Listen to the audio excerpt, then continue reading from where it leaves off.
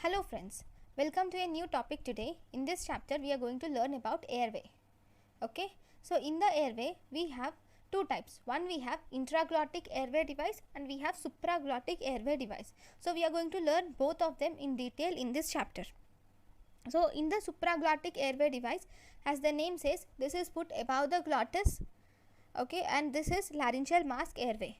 And in intraglottic airway device we have endotracheal tube. Okay, so first we will see the endotracheal tube and then we will go into the supraglottic supraglottic airway device, that is laryngeal mask airway. Okay, so first we will see endotracheal tube. So this is the endotracheal tube. Okay, this endotracheal tube has this is the diagram which I have drawn. Anyways, both are obviously same. Okay, this endotracheal tube is this is non-cuffed endotracheal tube. We will have a cuff surrounding it also. Okay, so anyways, why is the cuff present here? The cuff is mainly present in order to maintain high volume and low pressure cuff. This cuff will prevent the aspiration. This cuff will prevent the aspiration. This will provide high volume and low pressure. This cuff will provide high volume and low pressure here. Okay, this is the cuff which will provide high volume and low pressure, and thus this is the cuff, sorry, this is cuff which contain high volume and low pressure, and this cuff will prevent the aspiration, right? Then we have two ends. First we will see the two ends of endotracheal tube, one which is called the proximal end, okay, second which is called the distal end. Sorry, yeah, in this, sorry, this is for the 1 minute. I'll just give me a minute.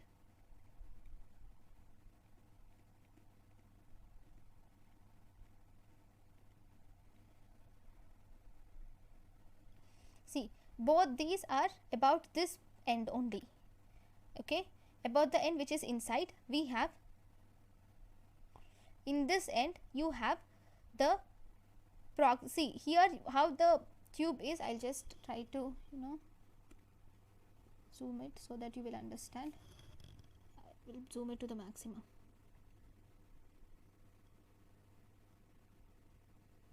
Yeah, okay. Okay, I think you have seen here, this is the part, see, I'll just tell you, this is the part which goes into the trachea and it gets lodged in the trachea, right? This is the outside portion. This is the balloon which this is the balloon which on inflation this tube is connected to this balloon, okay, through the outside channel. This tube does not go through the inside channel. Okay, this tube has an outside channel. Through the outside channel it goes and inflates this bulb. Okay, now this end, in this proximal end, you see here you have this one, right? It is something like this, right? It is not round, it is not opening round, but it is opening in a beveled way.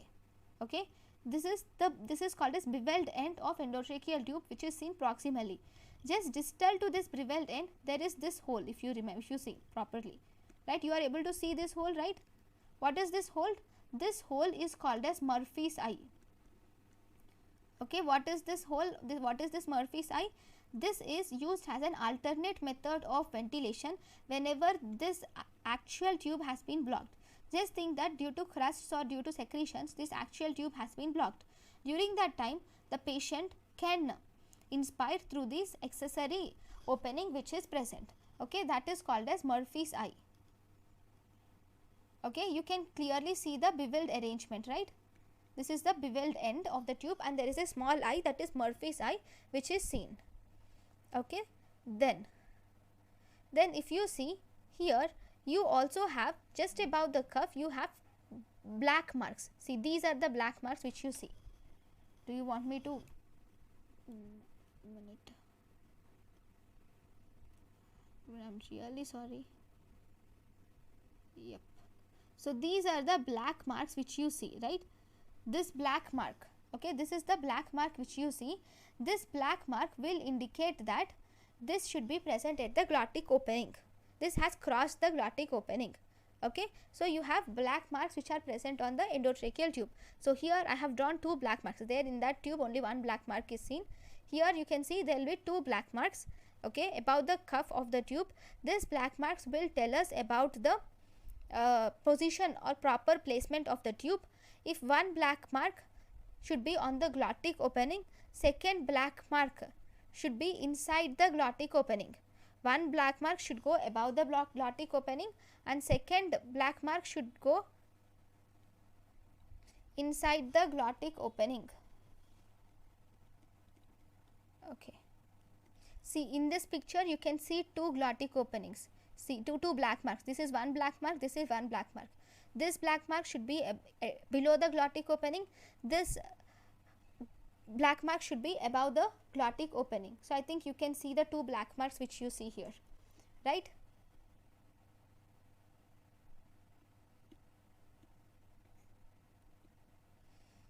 Okay, now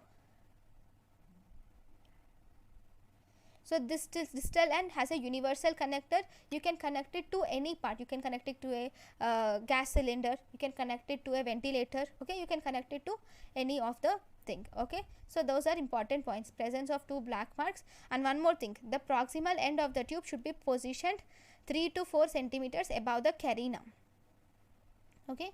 So these are the important points of the endotracheal tube, okay. Next we will have to see, let us see few points about orotracheal intubation, okay. How are you going to do intubation? So intubation, the first intubation was done by a scientist or a doctor who is McEwen. McEwen has done the first intubation, that is first orotracheal intubation by McEwen, okay. What is the position of this orotracheal intubation? See, all these are one liners, okay. The position of this orotracheal intubation is morning stiffing or barking dog position, okay. So this position which you see here, this is called as morning stiffness or barking dog position. How are you going to achieve this position? This position is achieved by extending the atlanto-occipital joint. You will have to extend the atlanto-occipital joint and you will have to flex the neck joint. Atlanto-occipital joint is extended and neck joint is flexed, and then you should hold the laryngoscope with the left hand. Once you hold the laryngoscope, this is the laryngoscope, you should hold on the left hand, and with the right hand you should open the oral cavity, and then you will have to blindly sweep the blade of the laryngoscope into the oral cavity, okay. And you will have to push the tongue of the oral cavity, push the tongue of the, now you will have to hold the laryngoscope with the left hand and then open the oral cavity of the patient with right hand, and then the tongue will be in the midline, right? Once you open the laryngoscope, open your mouth, you will see the tongue midline. So you will put the laryngoscope from the left side, okay. This is the left side, assume that. So you will put the laryngoscope from the left side and you will push the tongue, okay, push the tongue, okay.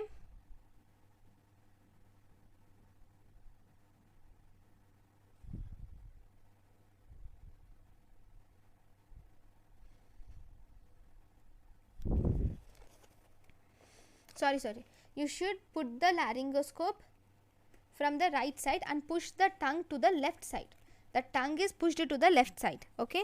Then once the tongue is pushed to the left side, then you will have to put the laryngoscope just above the epiglottis, and you will have to locate the aryepiglottic fold, and at the aryepiglottic fold you will have to put this hinge of the laryngoscope.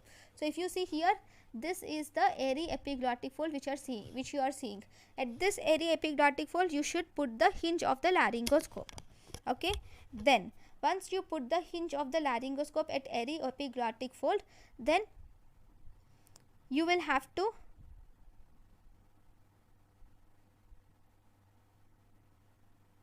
lift the laryngoscope, okay. Once you lift the laryngoscope, then you will have to start putting this endotracheal tube. You will be able to see the laryngeal openings, almost you will see it like this. So once you see these openings, you will have to put the tube into these openings, okay. Then once you put the tube into this opening, then you will have to push it inside, and then don't you don't apply pressure, it just slides in easily, and then you will inflate the cuff. Okay, once you inflate the cuff, you will form a seal in the trachea to prevent the aspiration. Then after that you will have to inflate this cuff, and this cuff will form a good seal in the trachea in order to prevent the aspiration. Now once you have put it in the trachea, okay, you will have to prevent the displacement. For preventing the displacement of the tube, you will have to tape the tube at the corners of the lips.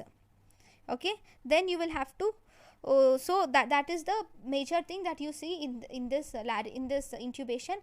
It's better if you watch a proper video so that it becomes easier. Okay, I cannot play video here, so I don't have a video, so sorry.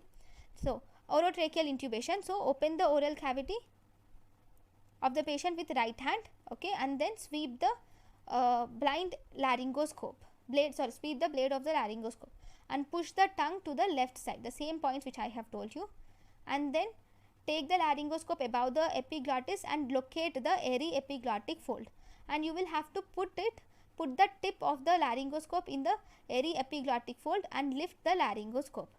Then you will have to put the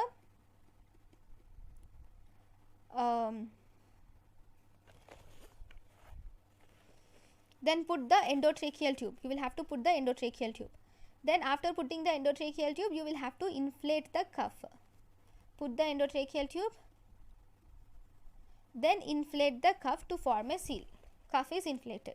Okay, then to prevent the displacement, you will have to seal, you will have to put a tape of the tube to the corners of the lips to prevent the displacement.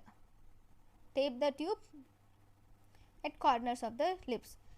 So what is the optimum cuff pressure? Optimum cuff pressure should be always 25 to 30 centimeters of water. This optimum cuff pressure of 25 to 30 centimeters of water should be maintained so that there is no tissue ischemia. Okay, now for confirmation of correct placement of endotracheal tube, you should do capnography. Capnography should be done for confirmation of correct placement of endotracheal tube. Now what is the effect of endotracheal intubation? For the effect of in the endotracheal intubation, if you see, the effect is the dead space is decreased by half. In the endotracheal intubation, when you do endotracheal intubation, the dead space is decreased by half and resistance is increased. Okay, 1, dead space is decreased by half. 2, resistance is increased, because resistance is inversely proportional to the power of radius to the power of 4. Because resistance is inversely proportional to the power of radius to the power of 4, so as a result resistance is increased. Okay, and obviously the diameter of the tube should be smaller than trachea, or else the tube won't go in, right? Then in the laryngoscope, whereas we have the normal laryngoscope and we also have pediatric population laryngoscope. Normal laryngoscope is called as Meigel's laryngoscope, and we have something called as Miller's laryngoscope. What is this Miller's laryngoscope? This Miller's laryngoscope is mainly used for the pediatric populations, and actually this is a straight blade laryngoscope. This Miller's laryngoscope is a straight blade laryngoscope. Here you can see the straight blade which is seen, right? So this is straight blade laryngoscope, and this is used to lift the whole epiglottis. You won't just lift the epiglottic fold, this will lift the whole epiglottis. Okay, this is Miller's laryngoscope for pediatric populations. Next we have one more type. These are the different types of endotracheal tubes. Okay, so what are the types of endotracheal tubes? We have different types of endotracheal tubes which are available in the market, and based on the types of endotracheal tubes, based on different conditions, the endotracheal tube size and their variation can vary. So these are the different types of endotracheal tubes. Okay, in this, the first type of endotracheal tube is we have flexi-metallic or armored tube or reinforced tube. So what do you see in this flexi-metallic or armored or reinforced tube? Here, if you see in the inner diameter, you will have a metallic wire which goes around. Okay, if this is the picture of it. I don't think you can see the metallic wire properly here. Yeah, if you, yeah, here if you see, you have this line C. So these lines are nothing but this is a metallic wire which is wound around. Okay, so here you are able to see some metallic wires. Okay, I'm sorry. Yeah, here there is inner diameter is actually reinforced by a metallic wire, and with the help of this metallic wire it is kink resistant. Okay, because it is kink resistant, it will prevent the obstruction. So actually this is the tube of choice for neurosurgery, head and neck surgery, spine surgery. This is the tube of choice for neurosurgery, head and neck surgery, spine surgery in prone position, and for dental surgeries. So this is the tube of choice for neurosurgery, head and neck surgery, spine surgery in prone position, and dental surgery. This is flexi-metallic or armored tube or reinforced tube. Then we have one more type of tube which is called as double lumen tube. What is this double lumen tube? It has two lumens. So if you see, you can even see here also there are two lumens, one like this and the second like this, right? This is also two lumen tubes. So here you have two lumens. One lumen goes into the trachea, and the second lumen, one is tracheal lumen which goes into the trachea. Second we have bronchial lumen which goes into the bronchi. And if you see, this bronchial lumen diameter will be less. Okay, the ventilating lumen diameter is always less. This is actually where is it used? It is used for one lung ventilation. Especially if you see in thoracic surgeries, there might be a chance where we will have to ventilate only single lung. In those cases where we will have to ventilate single lung, in those cases you can use this double lumen tube. Confirmation of right placement of double lumen tube is actually done by fiber optic bronchoscopy. With the help of fiber optic bronchoscopy, we can confirm the placement of double lumen tube. Okay, that is double lumen tube, that is it has two lumen, one for the trachea, second for the bronchi. Okay, it is mainly used in the thoracic surgeries where you have to ventilate one lung. Then the next type of tube which you see is uncuffed tube. So if you see, do you see any cuff here? Normally in the previous picture I have shown you some tube which has this as that is cuffed tube. Here there is no cuff, so this is uncuffed tube. So what is the problem here? It does not prevent aspiration. Where does this uncuffed tube use?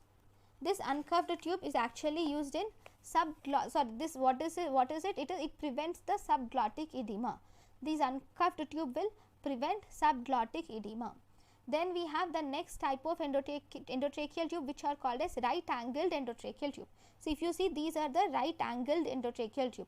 What are these right angled endotracheal tube? These are actually pre-bent tubes. What are they used for? These are pre-bent tubes which are used for cleft lip surgery and cleft palate surgery, where you will have to have a proper bending of tubes should be there, because their anatomy has been is different from the normal anatomy, right? So you will have to use a cleft lip, you will have to use right angled endotracheal tube. So these endotracheal tube are actually bent in one direction, either upward direction or in the downward direction.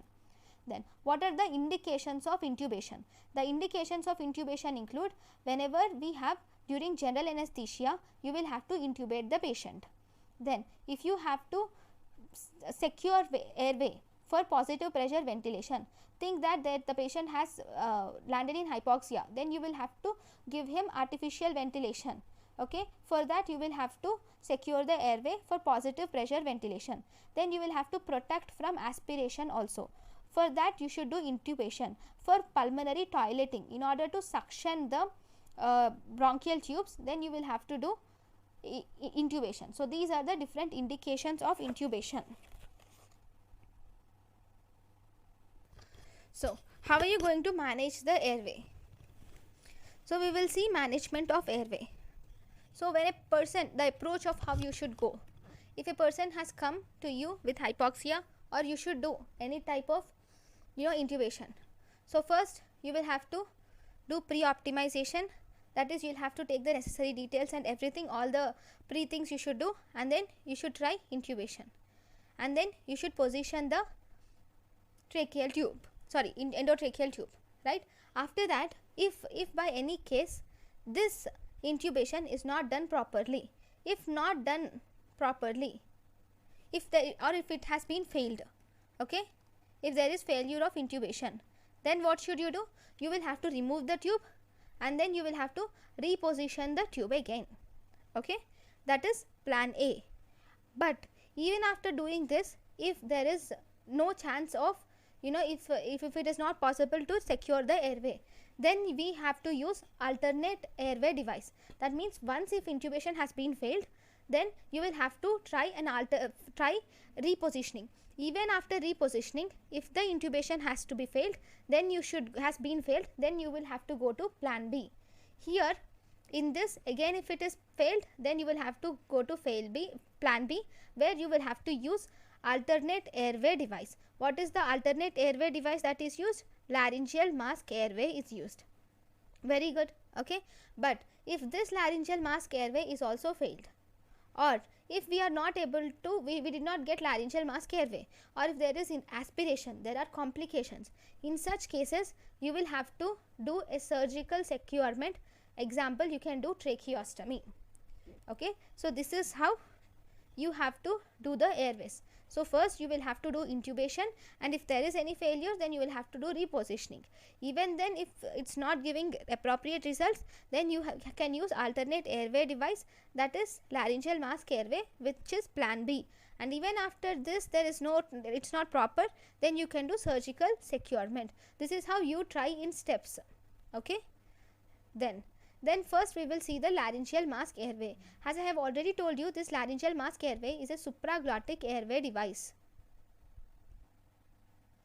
Okay, so this is the picture of laryngeal mask airway which you see. So this is a supraglottic airway device where you put it above the glottis, and this laryngeal mask airway is easy and it is fast to insert. You can easily insert it, and you can also insert it a little faster. Okay, this is less invasive airway. Because it has less invasive airway, it has less complications. Okay, the tip of the airway just goes into the hypopharynx only. Remember, it is not a definitive airway device and it does not prevent aspiration. So the risk of aspiration is present in this laryngeal mask airway. So this is very important, you should remember. Then, because there is risk of aspiration in laryngeal mask airway, a new device has been designed, that is laryngeal mask airway Prozial. This is similar to laryngeal mask airway, but an additional feature has been added, which is it can prevent aspiration. So it has a tube which is helpful in preventing aspiration. Okay, so if you see here,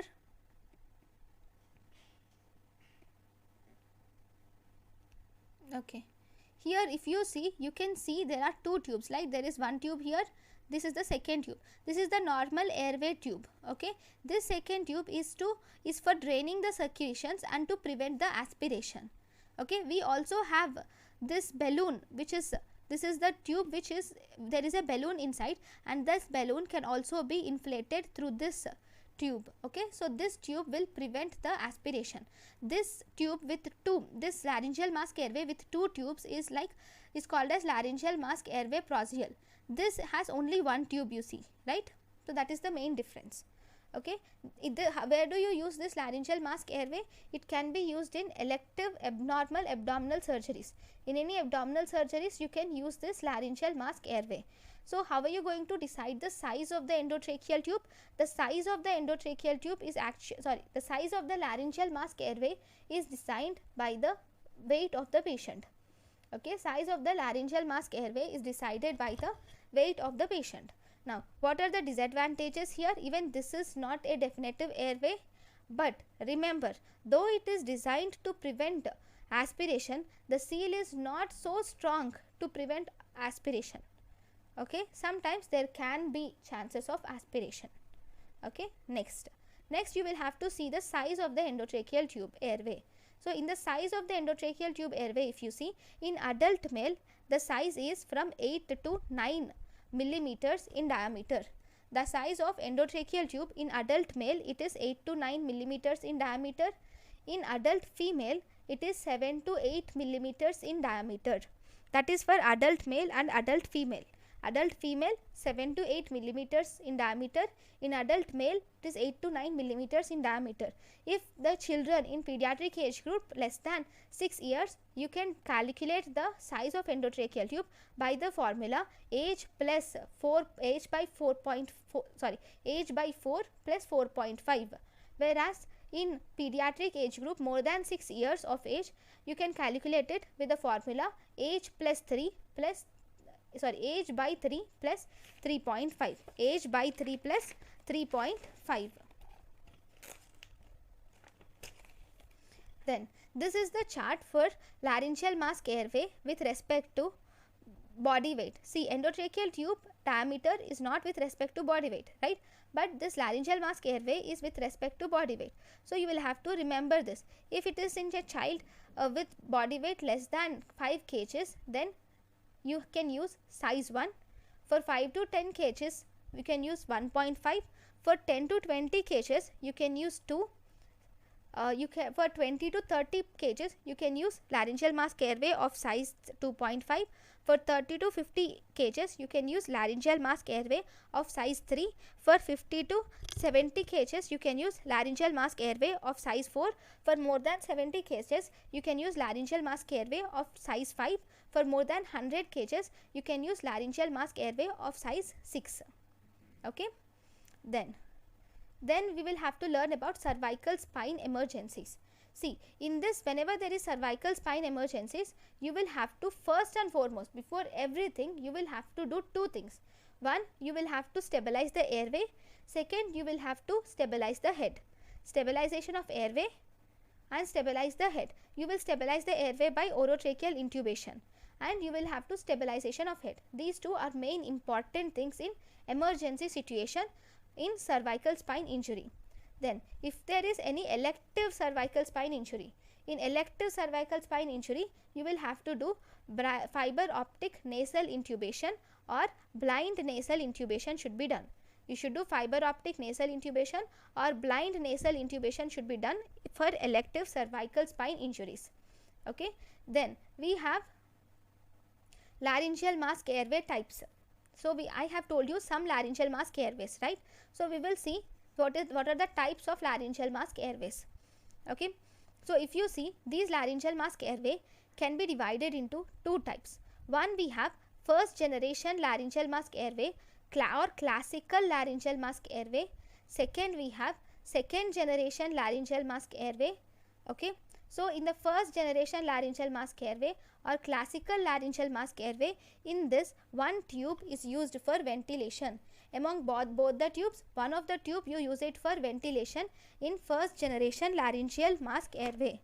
Here aspiration is not prevented. I have already shown you the normal classical laryngeal mask airway, right? The next laryngeal mask, second generation laryngeal mask airways include, we have 3 types. One, we have prosial laryngeal mask airway. Then we have igel airway. Then we have laryngeal mask airway supreme. Okay, we have prosial laryngeal mask airway, igel laryngeal mask airway and laryngeal mask airway supreme. In all these, we have 2 tubes for ventilation. Okay, and this will create a better seal for aspiration, for preventing aspiration. So you don't need to go into details. These things are very important. So thank you guys for watching my lecture. In the next class, we will learn about monitoring of anesthesia. Thank you.